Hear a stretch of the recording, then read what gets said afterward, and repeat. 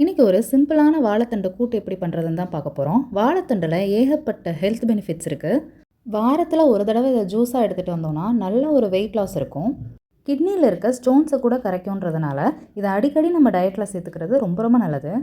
வாழைத்தண்டை நல்லா பொடி பொடியாக கட் பண்ணிவிட்டு பாசிப்பருப்போடு சேர்த்து போட்டுட்டு அதில் வெங்காயம், தக்காளி, கொஞ்சம் மிளகாய் பொடி இதெல்லாம் ஆட் பண்ணிவிட்டு நம்ம தாளித்து கொட்டி அப்படியே குக்கரில் வைக்க போகிறோம்.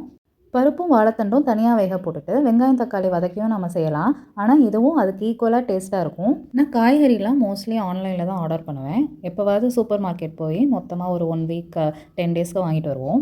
எனக்கு இப்போது மேரேஜ் ஆகி 13 இயர்ஸ் ஆகுது. மேரேஜுக்கு முன்னாடி ஒர்க்காக இருக்கட்டும், காலேஜாக இருக்கட்டும், எல்லாமே இண்டிபெண்ட்டாக நானாக தான் போவேன் வருவேன். எங்கே போனாலும் யாராவது துணைக்கு வரணும் அந்த மாதிரிலாம் யோசிக்கிறதில்ல. பட் மேரேஜ் ஆகி சென்னைக்கு வந்ததுக்கப்புறம் புது ஏரியா, புது சிட்டின்றதுனால என்னால் இண்டிபெண்ட்டாக எங்கேயும் போக முடியல.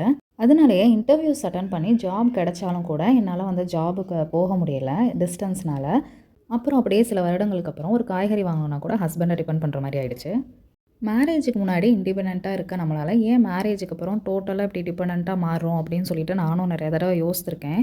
அதே நேரத்தில் இவங்க எங்கேயுமே போகிறதில்ல, கடைக்கு கூட போகிறது கிடையாது, எதுக்கு எடுத்தாலும் ஆன்லைனில் ஆர்டர் பண்ணுறாங்க அப்படின்னு வேற பேச ஆரம்பிச்சிருவாங்க. அதே நம்ம அடிக்கடி வெளியே போகிறது வரதுன்னு இருந்தோன்னா இவங்க எப்போ பார்த்தாலும் வெளியே ஊர் சுற்றிக்கிட்டே இருக்காங்கன்னு சொல்கிறாங்க. சொல்கிறவங்க சொல்லிக்கிட்டே தான் இருப்பாங்க. நமக்கு எது கன்வீனியன்ட் அப்படின்னு பார்த்துட்டு நம்ம வாழ்ந்துட்டு போயிடணும் அப்படின்னு அப்புறம் தான் நமக்கே புரிய வரும். அதுக்கப்புறம் நம்ம எப்படி கான்ஃபிடென்ட்டாக இருந்தோம், இண்டிபெண்ட்டாக இருக்கோம் அப்படின்னு யோசித்து மறுபடியும் அதே மாதிரி மாறுறதுக்கு சில வருஷங்கள் ஆகுது. ஸோ அதனால் என்னென்னா நம்ம வந்து இண்டிபெண்ட்டாக இருக்கோம் அப்படின்னா மேரேஜுக்கு அப்புறமும் நம்ம அதே மாதிரி தான் இருக்கணும். ஓவராக யார் மேலேயுமே டிபெண்ட்டாக இருக்கக்கூடாது. அது அவங்களுக்கும் கஷ்டம், நம்மளுக்கும் கஷ்டம். ஏன்னா அவங்கள டிபெண்ட் பண்ணிகிட்டு இருக்கையில அவங்களால ஒவ்வொரு நேரம் வர முடியும் கடைகளுக்கு, இல்லை வர முடியாது. இல்லை நம்ம வந்து ரொம்ப டிபெண்ட்டாக இருக்கிறதுனால நம்ம டிஸப்பாயிண்ட் ஆகிறதுக்கும் வாய்ப்புகள் நிறைய இருக்குது. ஸோ நீங்கள் இப்போ நியூலி மேரீட் அப்படின்னா நீங்கள் எப்படி மேரேஜுக்கு முன்னாடி இண்டிபெண்ட்டாக இருந்தீங்களோ அதே மாதிரியே இருக்க பழகுங்க.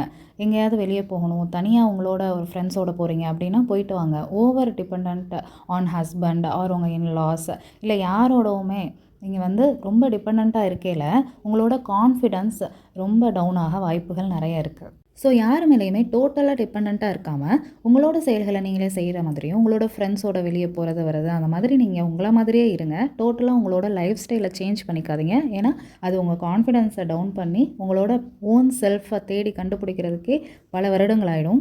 ஸோ பேசிக்கிட்டே நான் சமைச்சு முடிச்சுட்டேன். இன்றைக்கி இந்த வாழைத்தண்டு கூட்டை வச்சுட்டு அப்பளம் ஊறுகாய் வச்சு நான் என்ஜாய் பண்ண போகிறேன். நீங்கள் உங்கள் வீட்டில் என்ன குக் பண்ணுங்கன்னு கண்டிப்பாக கமெண்ட்ஸில் சொல்லுங்கள்.